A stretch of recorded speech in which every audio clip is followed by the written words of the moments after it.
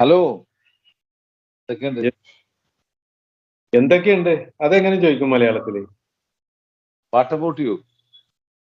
അല്ല, ഈ എന്തൊക്കെയുണ്ടെന്ന് ചോദിക്കാനായിട്ട് ഇംഗ്ലീഷിൽ ഒരുപാട് യൂസേജസ് ഉണ്ട്. ഒരു 10-15 എണ്ണം ചില ആൾക്കാർ ലിസ്റ്റ് ആയിട്ട് എഴുതാറുണ്ട്.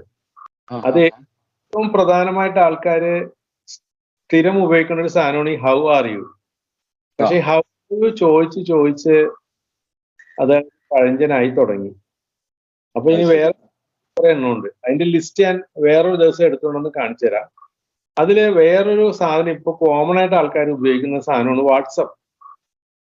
നമ്മുടെ വാട്സപ്പ് അല്ല, നമ്മൾ വാട്സപ്പ് അല്ല, വാട്ട് ഈസ് അപ്പ് എന്നുള്ളതിന്റെ ഷോർട്ട് ഫോം ആണ്. ഓ, ഈസ് അപ്പ്. വാട്സപ്പ്. വാട്സപ്പ് എന്ന് ചോദിച്ചാ എങ്ങനെയുണ്ട് അല്ലേ? വാട്സപ്പ് എന്ന് തന്നെയാണ് ചോദിക്കുന്നത്. എന്താന്നൊക്കെ ചോദിക്കുന്നതിന് വരണോ? എന്തൊക്കെയുണ്ട് അല്ലേ? അത് കാണുമ്പോ ചോദിക്കില്ല, എന്തായി സുനീറെ, എന്തായി എന്ന് ചോദിക്കൂലേ? എറണാകുളത്തുകാർ ചോദിക്കണം, തോമസേട്ടാ എന്തായി? എറണാകുളത്തുകാർ ചോദിക്കുന്നത് എന്താണ്ടാപ്പാന്ന് ചോദിക്കുള്ളൂ. എന്താണ്ടാപ്പാന്ന് അത് ഇത് തന്നെയാണ്. ഈ എന്താണ്ടപ്പാന്നൊക്കെ ചോദിക്കണം. അത് തന്നെയാണ് ഈ ഹൗ ആർ യു ഇംഗ്ലീഷില് സായിപ്പിന്റെ ഭാഷയില് സ്റ്റൈലിൽ പറയണത്. ഒന്ന് ചോദിച്ചാൽ സ്റ്റൈലിലൊന്ന് ചോദിച്ചാൽ how are U. Josmon, how are you? എന്നെ ചിരിക്കല്ലേ? നിങ്ങൾ സായിപ്പിന്റെ ഡയലോഗ് പറഞ്ഞ അപ്പൊ എനിക്ക് ചിരി വരും. അതെ, ആ ജോസ് പ്രകാശ് ഇല്ലേ, സിനിമാ നടൻ ജോസ് പ്രകാശ്, ഇംഗ്ലീഷ് ഒക്കെ കുറെ പറയും.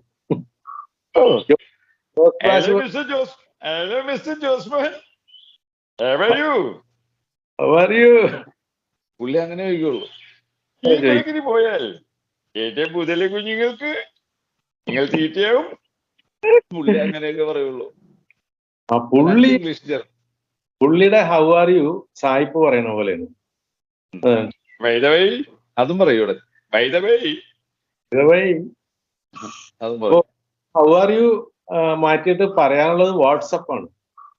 അപ്പൊ ഇങ്ങനെ ഹായ് ജോസ് മോഹൻ വാട്സപ്പ് എന്ന് ചോദിക്കും. അത് കലക്കി. നാളെ പോലെ അത് പറയാം. കണ്ടിട്ട് ഒത്തിരി നാളായല്ലോ എന്ന് പറയാനായിട്ട് എന്താ ഉപയോഗിക്കണം എന്നറിയാം? പറഞ്ഞുതരാം. Long time no see.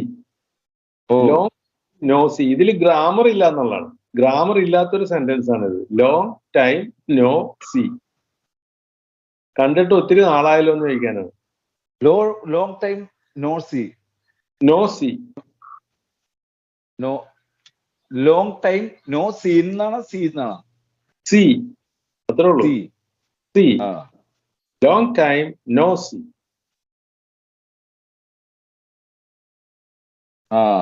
അത് കൊള്ളാം.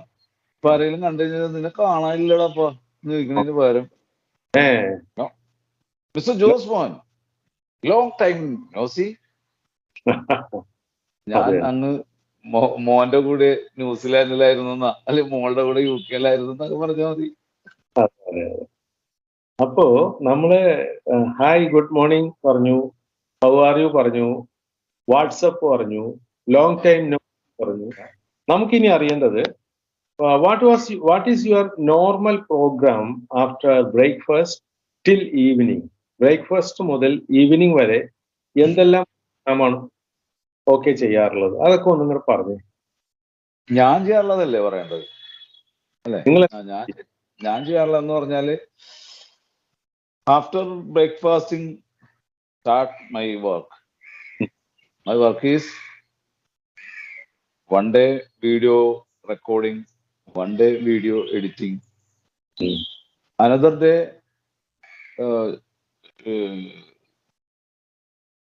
reasonable resting time. വെറുതെ റെസ്റ്റ്. അതായത് ഒരു ദിവസം വീഡിയോ ചെയ്താൽ ഒരു ദിവസം എഡിറ്റ് ചെയ്താൽ ചിലപ്പോൾ ചില ദിവസം ഞാൻ വെറുതെ ഇരിക്കും എന്നാണ് ഞാൻ ഉദ്ദേശിച്ചത്. ഓക്കെ, അത്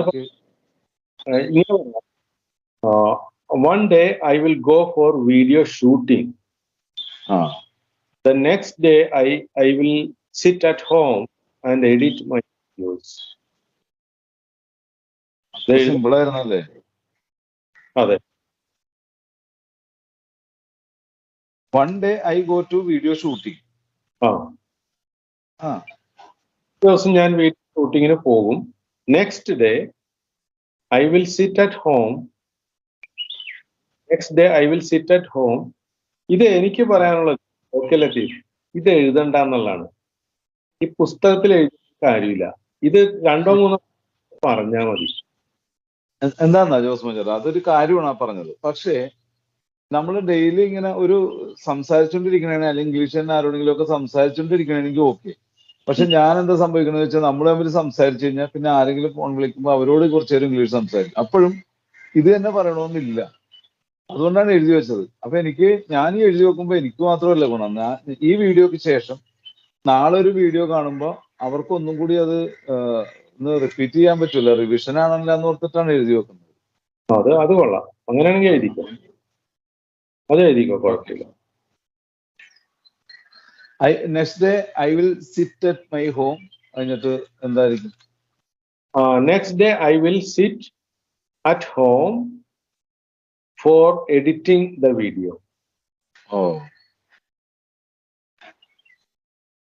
ഓക്കെ. അത് കഴിഞ്ഞാല് ചില ദിവസങ്ങളിൽ എന്ന് പറയാൻ on some days I take rest.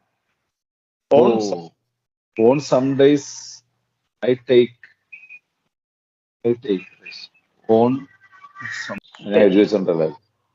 On some days I take rest. അത്രേ പറഞ്ഞോളൂ. ശരിയാണ്. ഇതിപ്പോ ഓൺ ഇല്ലെങ്കിൽ ഓൺ എന്ന് പറയാതെ വെറുതെ some days I take rest അങ്ങനെ പറഞ്ഞാലും മതിയാവും. Some days I take rest.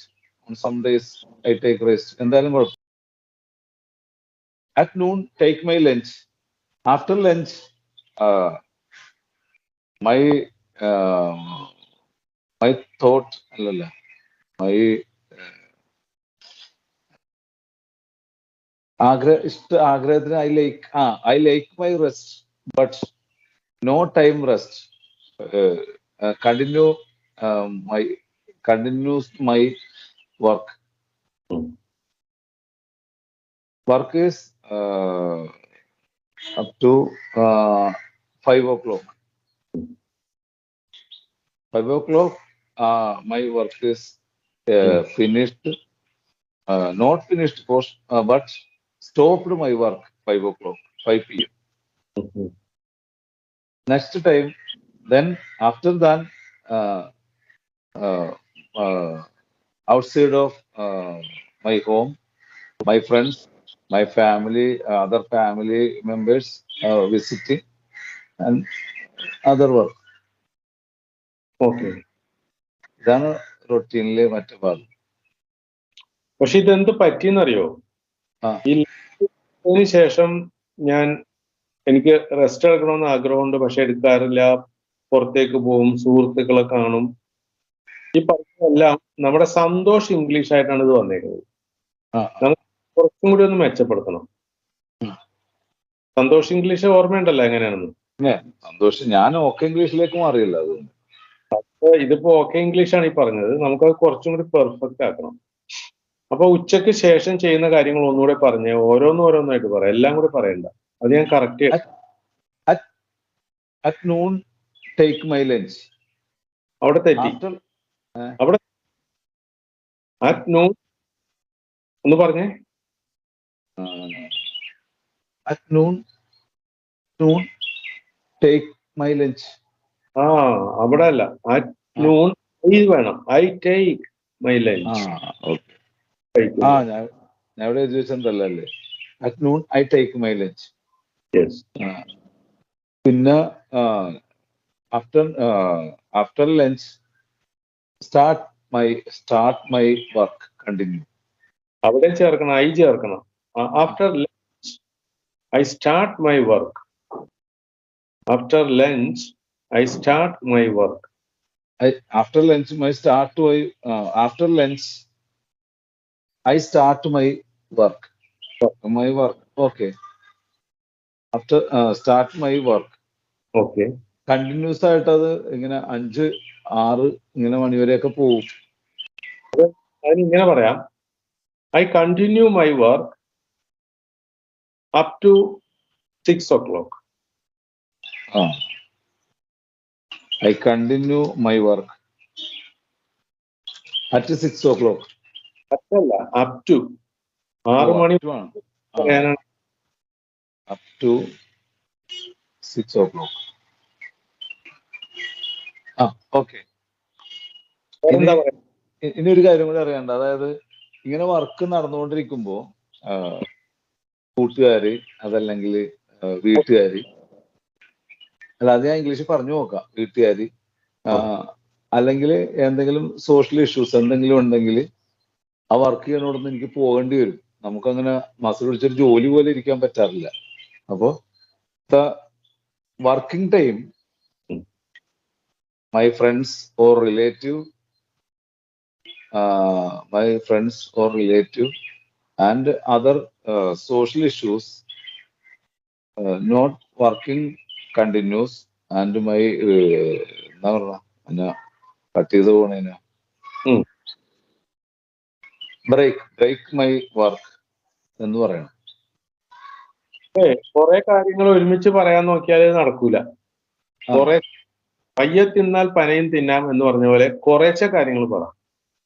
വർക്കിന്റെ ഇടയിൽ എനിക്ക് കൂട്ടുകാരോ സ്വന്തക്കാരോ അല്ലെങ്കിൽ വീട്ടിൽ എന്തെങ്കിലും ആവശ്യങ്ങളോ വന്നാൽ പുറത്തു പോകേണ്ടി വരും.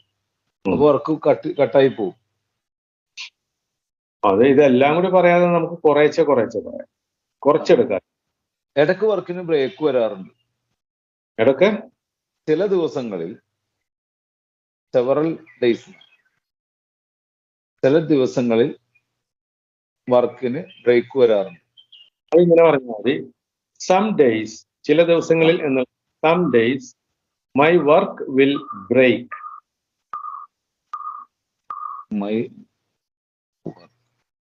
Work will break. Will break എന്ന് പറയാം. ഇല്ലെങ്കിൽ വേറൊരു രീതിയിൽ പറയാം. ഞാനൊരു ഒരേ കാര്യം തന്നെ പല രീതിയിൽ പറയാന്ന് നമുക്ക് പറഞ്ഞിട്ടുണ്ടല്ലോ. ഞാൻ ഇതിൽ കുറച്ചും കൂടി എളുപ്പമുള്ള രീതിയിൽ പറഞ്ഞുതരാം. Some days I will not be able to complete. അതൊരു ഇംഗ്ലീഷ് വാക്കായിട്ട് തോന്നുന്നുണ്ട്.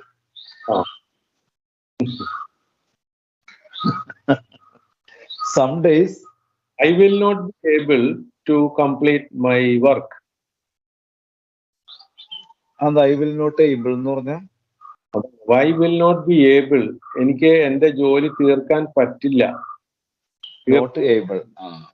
I will not be able, എനിക്ക് എന്റെ ജോലി തീർക്കാൻ പറ്റില്ല എന്ന് പറയാനാണ് I will not be able to complete my work. I will not be able. Okay, അത് കഴിഞ്ഞാൽ പിന്നെ രാത്രി ഭക്ഷണം കഴിക്കുക, അത്രേ ഉള്ളൂ. നമ്മുടെ ദിനചര്യകളിൽ അത്രേ ഉള്ളൂ. വലിയ സ്പെഷ്യലായിട്ടൊന്നും സംഭവിക്കാറില്ലാത്ത ദിവസം. After then work I take my dinner and go to bed. അത്രേ ഉള്ളൂ. അപ്പോ ഞാൻ ചോദിക്കട്ടെ, ഇത് ഇങ്ങനെ എഴുതിയിട്ടെ, ഞാൻ ഈ എഴുതുന്ന ആൾക്കാരോട് ഒരു ചോദ്യമാണ്. ഇതെല്ലാം എഴുതിയിട്ടിട്ട് പിന്നെ നിങ്ങൾ ഇത് എന്ത് ചെയ്യും? ഇടക്കിടക്ക് നോക്കൂ, ഇത് മറിച്ച് നോക്കും. ഇടക്കിടക്ക് നോക്കലല്ല, ഇത് നോക്കുമ്പോഴത്തേക്ക് അടുത്ത ആളെ വിളിക്കും. അടുത്ത ആളെ വിളിച്ചിട്ട് നമ്മൾ പറയണത് ശരിയാണെന്ന് ചോദിക്കും. അല്ലെങ്കിൽ മോളെ ഫോൺ ചെയ്തിട്ട് മോളോട് ചോദിക്കും. നമ്മളെ കേൾക്കാൻ ആരെങ്കിലും ഉണ്ടെങ്കിൽ മാത്രമേ നമുക്ക് ഇതൊക്കെ നടക്കുള്ളൂ.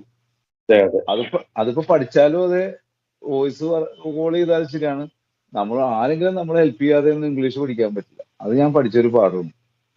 ഇത്രയും നാളും വിചാരിച്ചത് ഒരാളുടെ സഹായം വേണ്ട, 30 ദിവസം കൊണ്ട് ഇംഗ്ലീഷ് പഠിക്കാന്നുള്ള പുസ്തകം വാങ്ങിക്കുക, പഠിക്കുക എന്നാണ് പണ്ട് വിചാരിച്ചത്. അത് നടക്കാതെ ആയപ്പോ എനിക്ക് മനസ്സിലായി സ്പോക്കൺ ഇംഗ്ലീഷ് ക്ലാസ്സിൽ പോയി ചേരാം. അവിടെ ചെന്ന് ചേർന്നാലും അവിടെ ആ നേരത്ത് നമ്മളോട് എന്തെങ്കിലുമൊക്കെ പറയും, നമ്മൾ തിരിച്ചു പോരും. പിന്നെ നിന്ന് അപ്പോഴും ഇങ്ങനെ ഗ്രാമറും പറഞ്ഞുകൊണ്ട് വരും. അതാണ് നോട്ടോൾസോ കഴിഞ്ഞ ഉടനെ തന്നെ ബട്ടോൾസോ ചേർത്തൊരു വാക്ക് പറയണമെന്ന് പറഞ്ഞപ്പോ നമ്മ അവിടെ വെച്ച് കീറി ഈ സാധനം. മനസ്സിലായി. കൊല്ലത്തുള്ള പോലീസ് ഉദ്യോഗസ്ഥനെ പറ്റിയത് കേട്ടില്ലേ? നാക്ക് ലോക്കായി. അതാണ് നാക്ക് ലോക്ക് ചെയ്തത്.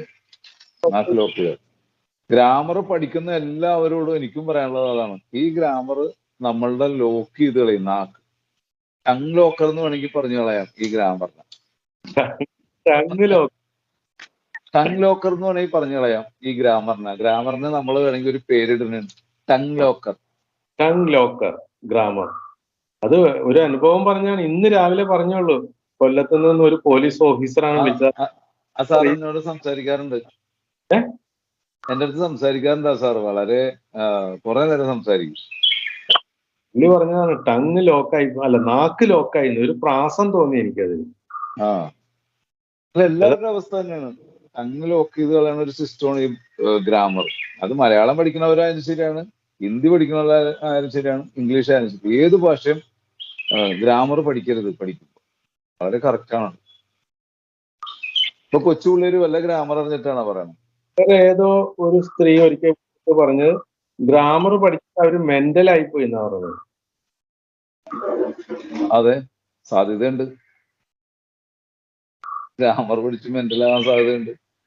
എന്തൊക്കെ കുഴപ്പമാണല്ലേ അല്ല, ഇംഗ്ലീഷ് പഠിക്കാൻ പറ്റാതെ ആവുമ്പോ ഇപ്പോ I am going to market എന്ന് പറയാൻ എല്ലാവർക്കും പറ്റും. പക്ഷെ മാർക്കറ്റിൽ പോയിട്ട് I am going to market എന്താ അവിടുന്ന് വാങ്ങിച്ചതെന്ന് ചോദിക്കാൻ പറഞ്ഞു കഴിഞ്ഞാൽ ഞാൻ ആപ്പിലായി. അതുപോലെ തന്നെ എല്ലാവരും. പക്ഷെ എല്ലാവർക്കും അറിയാം അവിടുന്ന് മാർക്കറ്റ് ഐ ബ്രോട്ട് യു, അല്ലെങ്കിൽ I purchase the provision stores, groceries, എന്തെങ്കിലുമൊക്കെ പറയാൻ ഉണ്ടാവും. പക്ഷെ ഈ സാധനം നമുക്കറിയാൻ പാടില്ല. ഈ ഗ്രാമർ അറിയാൻ പാടില്ലാത്ത ഞാൻ എന്ത് വേണേലും പറയും, എനിക്ക് എന്ത് വേണേലും പറയാല്ല. ഇന്ന് രാവിലെ ഒരു സംഭവം ഉണ്ടായി. ഒരു ലേഡി വിളിച്ചിട്ട് അവർക്ക് ഈ ഓക്കെ ലത്തീഫിന് ഇംഗ്ലീഷ് പറഞ്ഞു കൊടുക്കണ പോലെ അവർക്ക് പറഞ്ഞു കൊടുക്കണമെന്ന് പറഞ്ഞു കൊണ്ടിരിക്കുമ്പോ അവർ നിങ്ങൾ എവിടെ താമസിക്കണമെന്ന് ഇംഗ്ലീഷിൽ ചോദിച്ചപ്പോൾ അവർ കറക്റ്റായിട്ട് പറഞ്ഞു. അവർ പറഞ്ഞ സമയത്ത് I live in Kochi at Palluruthy എന്ന് പറഞ്ഞു. എന്നാലും ഇപ്പൊ ഇവരിത് എവിടെ നിന്ന് പഠിച്ചു എന്നുള്ളതാണ് ഞാൻ ചോദിച്ചു. നിങ്ങൾ ഗ്രാമർ പഠിച്ചിട്ടുണ്ടാന്ന് ചോദിച്ചു. കാരണം ഐ ലിവ് ഇൻ കൊച്ചി എന്നാണ് പറയേണ്ടത്. കാരണം കൊച്ചി വലിയ ഏരിയ ആണെങ്കിൽ ഇന്ന് വേണം, പള്ളുരുത്തി ചെറിയ ഏരിയ ആണെങ്കിൽ അവിടെ ഇന്ന് ഉപയോഗിക്കാൻ പാടില്ല, അവിടെ അറ്റാണ് ഉപയോഗിക്കേണ്ടത്. ഇത് ഗ്രാമർ റൂളാണ് ഈ പറയുന്നത്. ഈ ഗ്രാമർ റൂൾ പഠിക്കാത്ത ഈ സ്ത്രീ വെറും 10ാം ക്ലാസ് വരെ പഠിച്ചിട്ടുള്ളൂ. ആ സ്ത്രീ കറക്റ്റായിട്ട് പറഞ്ഞപ്പോ ഇത് എവിടെന്നാ പഠിച്ചതെന്ന് ചോദിച്ചു ഈ ഗ്രാമർ. എനിക്ക് അതിശയം തോന്നി. ഇവര് പഠിച്ചത് എവിടെന്നാന്നറിയാമോ? ഇങ്ങനെയാണ്, ഒരു ഓക്കെ ലത്തീഫിന്റെ ഒരു വീഡിയോ കണ്ടിട്ട് അതിൽ അയാൾ പറയണ കേട്ട് ഞാൻ പഠിച്ചതാന്നാ പറഞ്ഞത്. കണ്ടിട്ട് അവര് 2-3 പ്രാവശ്യം ആ വീഡിയോ കണ്ടിട്ട് അതിൽ നിന്ന് പഠിച്ചെടുത്താന്നാ പറഞ്ഞത്. നമ്മുടെ വീഡിയോ തന്നെ കേട്ട് ആ ചേച്ചി പഠിച്ചെടുത്താണ് കറക്റ്റ്. എന്നോട് പറഞ്ഞിട്ടുണ്ട്, പലരും പറഞ്ഞിട്ടുണ്ട് അങ്ങനെ. അടുത്തൊരാള് പരിചയപ്പെട്ടിട്ട് സെൽഫ് ഇൻട്രൊഡക്ഷൻ പറഞ്ഞപ്പോ എന്നോട് പറഞ്ഞു നിങ്ങൾ പറഞ്ഞത് കേട്ട് പഠിച്ചതാണെന്ന്. അതെ, ആരെങ്കിലും ഒരാൾക്ക് ഉപകാരപ്പെടുന്നുണ്ടല്ലോ, അത് വലിയൊരു കാര്യം. ഈ ചേച്ചി ഉണ്ടല്ല, ഇന്ന് അവരുടെ വീഡിയോ റെക്കോർഡ് ചെയ്തിട്ടുണ്ട്, നാളെ ഇടാതെ. അതിൽ അവര് ഇൻട്രൊഡക്ഷനും ഈ ഓക്കെ ലത്തീഫിന്റെ ഗ്രാമറും ഒക്കെ പഠിച്ചിട്ട് അവർ നന്നായിട്ട് പറയുന്നുണ്ട്. നാളെ കേൾപ്പിച്ചുതരാ. അത് രസമാണ് കേൾക്കാൻ. തീർച്ചയായിട്ടും. അപ്പൊ നാളെ ഇത് കേൾക്കാൻ വെയിറ്റ് ചെയ്യണേ, അത് കേൾക്കുന്നത് വരെ. പിന്നെ അവസാനിപ്പിച്ചാലോ ഇന്നത്തെ വീഡിയോ? തീർച്ചയായിട്ടും, of course. We will close the session of English learning. Right. Okay.